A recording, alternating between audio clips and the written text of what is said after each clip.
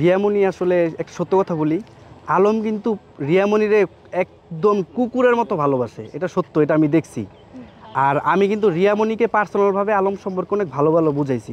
Side character যদি আপনার খারাপ বুদ্ধি দেয় কখনোই কিন্তু মিল হবে না। আর একটা সংসার কখনো ভাঙা উচিত না, ভাঙা ভালোও না। তো সেই ক্ষেত্রে রিয়ামণিকে আমি অনেক হেল্প করছি। আলম মানে রিয়ামণি কিন্তু সাকসেস, আলম তো দেখছেন যে এত কিছু করার পরে হচ্ছে পাগল হয়ে আসছে।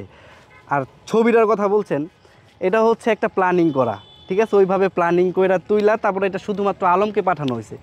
ও তো একটা শেষে নষ্ট একটা, ও আবার সবাইরে পাঠিয়ে দিছে, ওর নিজের ঘরের বউরে সবার কাছে পণ্য বানাই দিছে।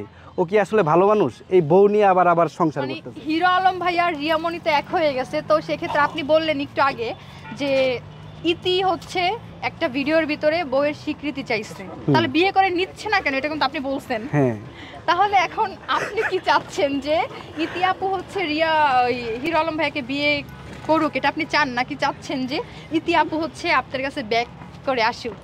দেখেন মানে যে যারে ভালোবাসে সে তার কাছেই থাকা উচিত। প্রকাশ্যে হচ্ছে ইতি বলছে যে আমি বউয়ের স্বীকৃতি চাই আলমকে, তাহলে তারা দুইজন সুন্দর করে বিয়ে করে নিক, তাহলে তো এনা। এমনও তো হইতে পারে সেটা মজা করে বলছে। মজা করে এই মিডিয়ার সামনে কেউ মজা করে? আচ্ছা, আমিও তো আর মজা করে বলতে পারি যে ভাইয়া যেহেতু আপনিও সিঙ্গেল আমিও সিঙ্গেল, তাহলে চলেন আমরা আসলে কিছু একটা করি, তাহলে কি ওইটা কি সিরিয়াস হয়ে যাবে? ইতি যখন আমার সাথে ছিল ওর তখন পাকনা ছিল না, আর এখন হচ্ছে ওর পাকনা গজাইছে, তো পাকনা কোনো দিন নামবে না। যদি কোনো দিন নামে তারপরে আমি ভেবে দেখব, ঠিক আছে। কিন্তু হচ্ছে আজকে আমার যত ক্ষতি হয়েছে সব কিছু এই ইতির জন্য। আমি কিন্তু ওর কোনো ক্ষতি করি নাই, কিন্তু ইতি আমার অনেক ক্ষতি করছে, অনেক।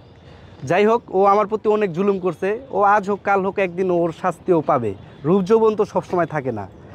আর মেয়ে মানুষ রেগে গেলে, ছেলে মানুষ রাগলে কি হয়, বাচ্চা। আর মেয়ে মানুষ ওইটা আর বললাম না, আপনারা কমেন্টে জানাবেন। আলমের প্রতি আমার বার্তা হচ্ছে যে আলম আমাকে কন্টিনিউ ঠেট দিয়ে যাচ্ছে, এই সমস্ত ঠেট মেডে আমি কাবু না, কারণ আমি এগুলাতে ভয় পাই না। সে যদি এখন আমাকে ইট ছুঁড়ে, আমি তাকে পাথর ছুঁড়ব, এটা কনফার্ম। আর সে হচ্ছে, আমি কিন্তু 3টা মাস তার অত্যাচার আমি সহ্য করছি, আমি ধৈর্য ধারণ করছি। কারণ এই কারণে ধৈর্য ধারণ করছি, আচ্ছা ঠিক আছে একটা সময় যায় লোকটা ঠিক হবে। সে তো ঠিক হচ্ছে না, একটার পর একটা সে করেই যাচ্ছে। এখন সে ভাবতেছে আমি দুর্বল, এই আছে সে আছে। আমাকে কালকে মেসেজ দিছে, এই তোর কোন বাপ আছে? আমি চিন্তা করি যে বাংলাদেশে থাইকা এ কীভাবে ঠেট দেয় মানুষকে, কে এরে জেলে নিচ্ছে না কেন?